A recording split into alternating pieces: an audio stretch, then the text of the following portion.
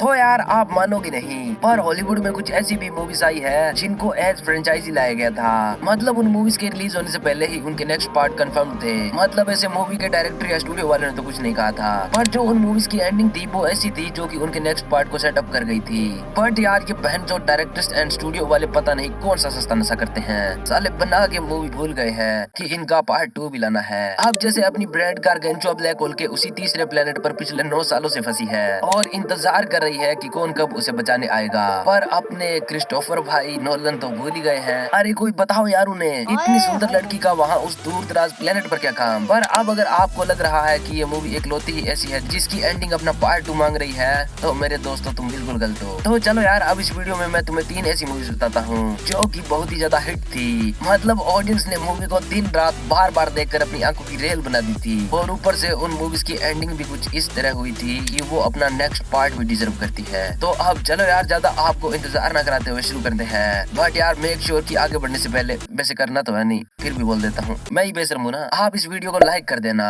तो अगर बात करें नंबर 3 की, एलिटा बैटल एंजल। अब यार जेम्स कैमरॉन के इस फ्यूचरिस्टिक करिश्मे को तो शायद ही किसी ने मिस किया होगा। मतलब यार मूवी इतनी ज्यादा कमाल की थी कि हाल ही में अपने इंडिया में भी एक मूवी गणपत ने इसकी कॉपी करने की कोशिश की, पर वो इसका 1% भी अचीव नहीं कर पाई। अब ये मूवी अपने सेम नेम के मांगा यानी एलिटा बैटल एंजल पर बेस्ड थी, जिसमें हमें एक ऐसी लड़की की कहानी दिखाई जाती है जो कि अपनी अर्थ से 225 मिलियन किलोमीटर दूर यानी मार्स पर जन्म लेती है, पर एक आम तरीके से नहीं। मतलब वो एक मार्शियन सिंड्रोम से पैदा होती है, जिस कारण उसका सिर्फ फेस वैसी जन्म लेता है, तो इसी कारण उसका बाकी का शरीर रोबोट का होता है। अब वैसे अगर एलिटा की पिछली जिंदगी के बारे में डिटेल में जानना चाहते हो तो आप चैनल की इस वीडियो को जरूर चेकआउट करना, जिसमें मैंने डिटेल में बात की है कि अर्थ पर आने से पहले एलिटा की जिंदगी कैसी थी और एलिटा बैटल एंजल का पार्ट 2 कैसा होगा, मतलब उसकी स्टोरी कैसी होगी। बाकी जिन लोगों ने एलिटा बैटल एंजल मूवी ही नहीं देखी है उन्हें बता देता हूँ कि ये मूवी सीधा अर्थ एंड मार्स की वॉर के बाद शुरू होती है, जिसमें अर्थ की आर्मी एलिटा को तोड़कर कचरे में फेंक देती है, जिसके पूरे 200 साल बाद उसे डॉक्टर ईडो ठीक करता है। अब एलिटा का मेन मिशन यही होता है कि जो बंदा एलिटा के सारे प्लेनेट को खत्म कर देता है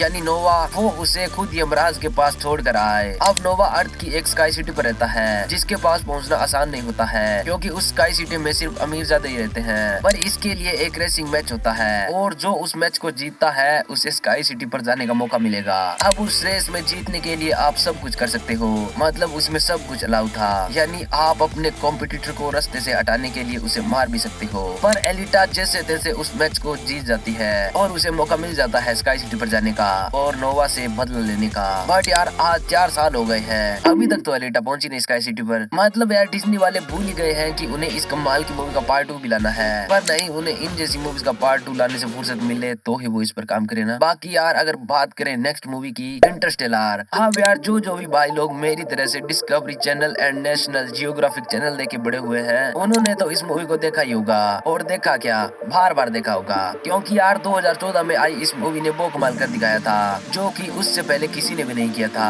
लाइक यार इस मूवी में हमें गारगेंचो नाम के एक ब्लैक होल को दिखाया जाता है और मूवी ने तब उस टाइम जब हम ब्लैक होल के बारे में उतना कुछ भी नहीं जानते थे इसकी एक परफेक्ट इमेज हमारे सामने पेश की। अब इस मूवी में हमें ये दिखाया जाता है कि अर्थ पर सभी रिसोर्सेज खत्म हो गए हैं और वो लगभग अपने लास्ट स्टेज में है, तो इसीलिए साइंटिस्ट कुछ ऐसे हैबिटेबल प्लैनेट्स की तलाश में होते हैं जिन पर ह्यूमंस को कॉलोनाइज किया जा सके। अब उन्हें कुछ प्लैनेट्स मिलते भी हैं, पर वो एक सुपर मैसिव ब्लैक होल की एक्रेशन डिस्क के पास होते हैं जहाँ पर जाना बहुत ही ज्यादा मुश्किल होता है। पर हमारे साइंटिस्ट जैसे तैसे वहाँ पर पहुँच जाते हैं, लेकिन मूवी की जो एंडिंग होती है माइंड ब्लोइंग। मतलब यार जो मूवी की शुरुआत होती है वही मूवी की एंडिंग भी होती है। लाइक मूवी की शुरुआत में कूपर की बेटी मर्फ को अपने लाइब्रेरी वाले रूम में किताबें गिरने और कुछ पैटर्न बनने जैसी घटनाओं का सामना करना पड़ रहा था। अब छोटी मर्फ उसे भूत समझ रही थी, पर जब मूवी के एंड में कूपर डॉक्टर ब्रांड को उस थर्ड प्लैनेट पर भेजने के लिए खुद का सेक्रीफाइस कर देते हैं और खुद उस ब्लैक होल में गिर जाते हैं, तो वो मरते नहीं है बल्कि 4th डायमेंशन में पहुंच जाते हैं जहाँ पर वो अपने उसी लाइब्रेरी वाले कमरे को देख सकता था।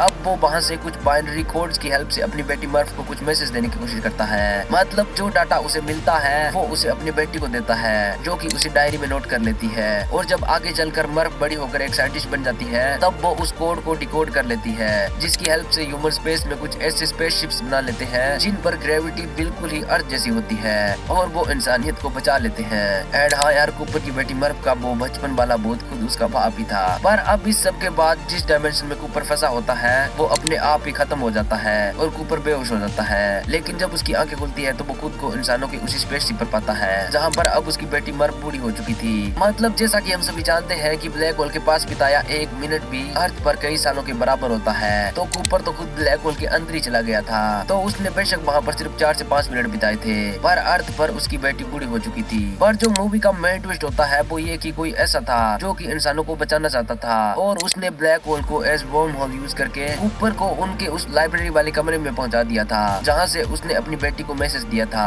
अब कूपर की माने तो वो खुद इंसान ही थे, यानी फ्यूचर के इंसान जो कि पास्ट में हुई अपनी कुछ गलतियों को सुधारना चाहते थे, जिसके कारण उनका भविष्य आगे चलकर और भी ज्यादा अच्छा होगा। बट यार ये मूवी अपने लास्ट में अपने नेक्स्ट पार्ट को भी सेटअप कर जाती है, क्योंकि जैसा कि मैंने पहले कहा कि डॉक्टर ब्रैंड उस ब्लैक होल के अराउंड घूमने वाले 3rd प्लेनेट पर चली गई थी और मूवी के लास्ट में दिखाया जाता है कि वो उस प्लेनेट पर बिना किसी दिक्कत के खड़ी थी। मतलब हाँ वो एक हैबिटेबल प्लेनेट था और मूवी के लास्ट में कूपर रवाना भी हो जाता है डॉक्टर ब्रैंड के पास। लेकिन ये मिस्ट्री अभी भी मिस्ट्री है कि क्या कूपर डॉक्टर ब्रैंड के पास पहुंच पाता है या नहीं, और अगर पहुंचता भी है तो आगे उन्होंने कैसे उस प्लेनेट को कॉलोनाइज किया। एज ऑफ टुमारो, हाँ यार 2014 में ही एक और मूवी एज ऑफ टुमारो भी आती है जो कि यार सच में बहुत ही ज्यादा कमाल की थी। मतलब मूवी में हमें ये दिखाया जाता है कि एक intelligent alien race and humans के बीच में एक वॉर चल रही होती है जिसमें हमारे मेन कैरेक्टर जिसे कि टॉम क्रूज ने प्ले किया था उसे भी भेजा जाता है। और यार किसी कारण से हमारा मेन कैरेक्टर एक ऐसे टाइम लूप में फंस जाता है जिसमें वो जब भी मरता है तो मूवी की शुरुआत में पहुंच जाता है, लाइक जहाँ से उसने इस सब की शुरुआत की थी, ट्रेनिंग से लेकर जंग तक। अपने मरने पर उसे वो सब एक बार फिर से करनी पड़ती। मतलब उसे तो याद रहता कि वो ये सब कर चुका है, पर जो उसके साथी थे उन्हें कुछ भी नहीं पता था।